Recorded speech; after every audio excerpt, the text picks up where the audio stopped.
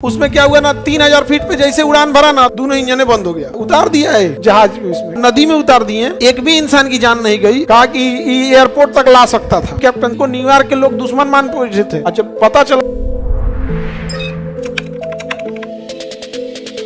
एक मूवी है miracle of Hudson, एक जहाज था उसको उड़ा रहे थे कैप्टन सिली।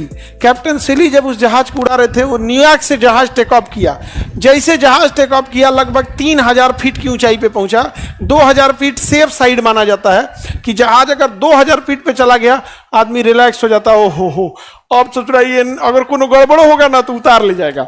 जैसे पटना एयरपोर्ट से हम लोग उड़ते हैं ना, जैसे 2000 फीट उठा लेता है, आदमी को लगता है चलो भैया अब तो कम से कम कुछ ना होगा तो गंगा में ले जाके पटक देगा, नहीं समझे। लेकिन ये जो अहमदाबाद में हुआ था 150 कहाँ उठबे किया था, 500 फीट तो नहीं उठा, 500 फीट नहीं उठा यहाँ पे। कैप्टन सिली मूवी का नाम है मिरेकल ऑफ हडसन। उसमें क्या हुआ ना, 3000 फीट पे जैसे उड़ान भरा ना तो पक्षी टकरा गए सब। अब पक्षी नहीं, पक्षियन का झुंड, पक्षी का झुंड। अब पूरा दोनों इंजन में घुस गए सर, दोनों इंजन बंद हो गया, दोनों इंजन बंद हो गया। पायलट ने बोला मेडे मेडे मेडे मेडे। देखिए पायलट को जो भाषा होती है ना, वो भाषा ऐसी होती है क्योंकि जो रेडियो कॉल होता है उसमें बहुत झंझनाहट होती है। रेडियो कॉल में आवाज़ झंझनाहट देखिए कैसे होगा। पंखा को और तेज करो तो जी, फुल साउंड करना पंखा को, ये वाला, ये इसको।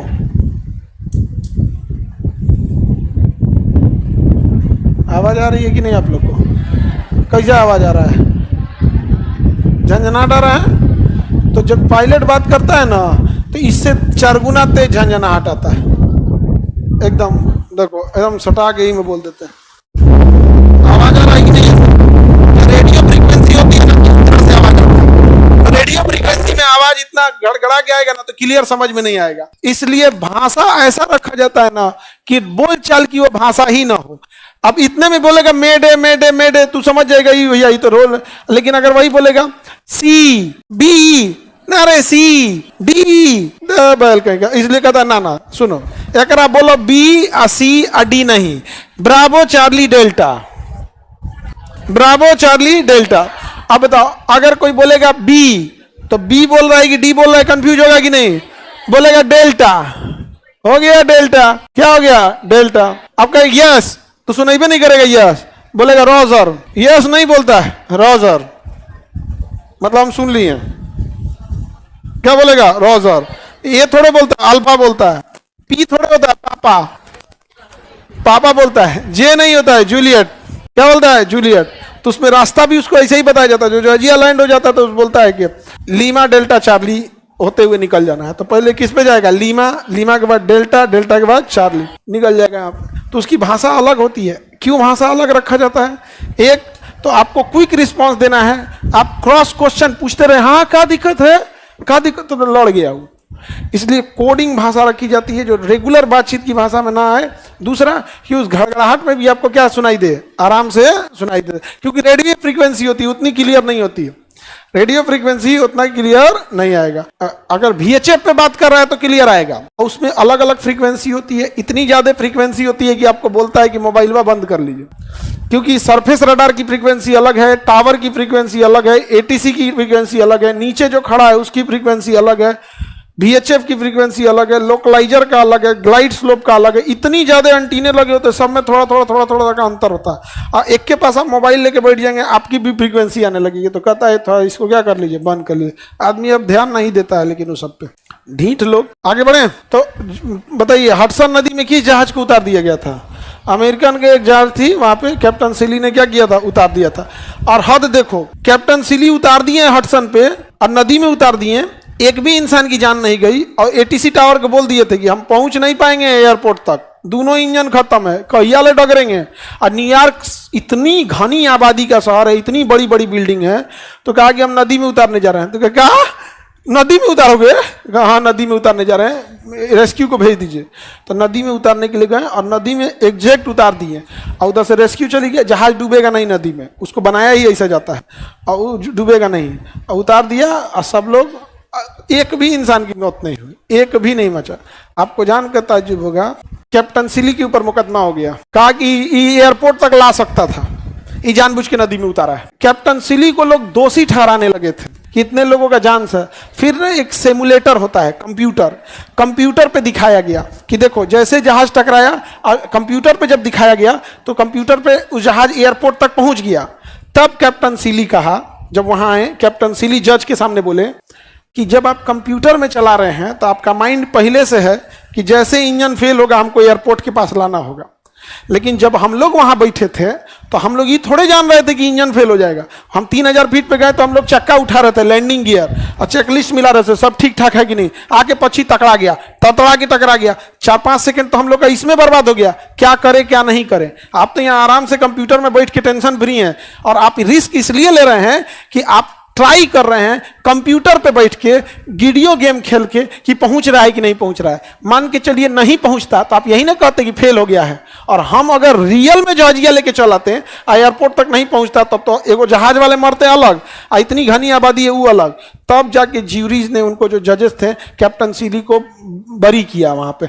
और तब कैप्टन सीली को न्यूयॉर्क के लोग दुश्मन मान पहुंचे थे, और जब पता चला तो लोगों ने माफी मांगा कैप्टन सीली से। सोचिए हमारे कैप्टन सबरवाल को छोड़ेगा सभी सब, वो तो बचे भी नहीं है वहां पे। और सोचिए अगर इसी में कैप्टन सीली मर गए रहते तो सारा आरोप किस पे जाता? कैप्टन सीली बर्बाद कर दिया वहां पे। कौन सी नदी में? Hudson. US flight number 1549 US airline flight 145 aeroplane, कब की घटना है? न्यूयॉर्क सिटी, 15 जनवरी 2009। कमर्शियल फ्लाइट थी, 155 लोग ऑन बोर्ड थे, बैठे थे, और वहां पे उतार दिया गया। किस में? देखिए एक भी इंसान नहीं मरा था। ये दिख रहा है, ये जहाज था, ये रियल फुटेज है। यहाँ पे इसे जहाज में उतार दिया गया था।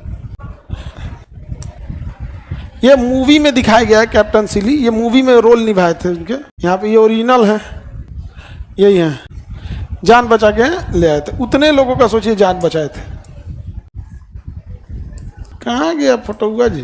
कह रहे हैं फटुआ बड़ करेगा तो पहला बड़ कर रहा है कौन सी को। देखिए यहाँ पे ना ये लैंडिंग राफ्ट होते हैं, ये दोनों साइड से जो खुल गया ना, ये इमरजेंसी के लिए होता है। इमरजेंसी के लिए लोग इतने समझदार होते हैं, एयर होस्टेस को इतनी ट्रेनिंग दी जाती है ना, 1.5 मिनट में पूरा जहाज खाली करा लेगी। इतनी ट्रेनिंग होती है एयर होस्टेस को, उसको दिया जाता है 90 सेकेंड। 1.5 मिनट मतलब 90 सेकेंड में पूरी जहाज खाली करा लेगी वो। उसके पास पूरा आइडिया है, फुल ट्रेनिंग है उसके पास, बशर्ते लोग बदतमीज ना हो।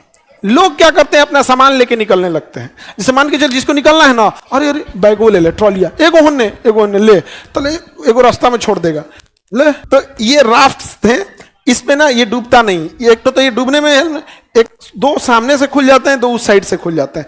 इमरजेंसी एग्जिट के पास ये रहते हैं। उतार दिया है जहाज में, इसमें समझ आ रहा है कि नहीं?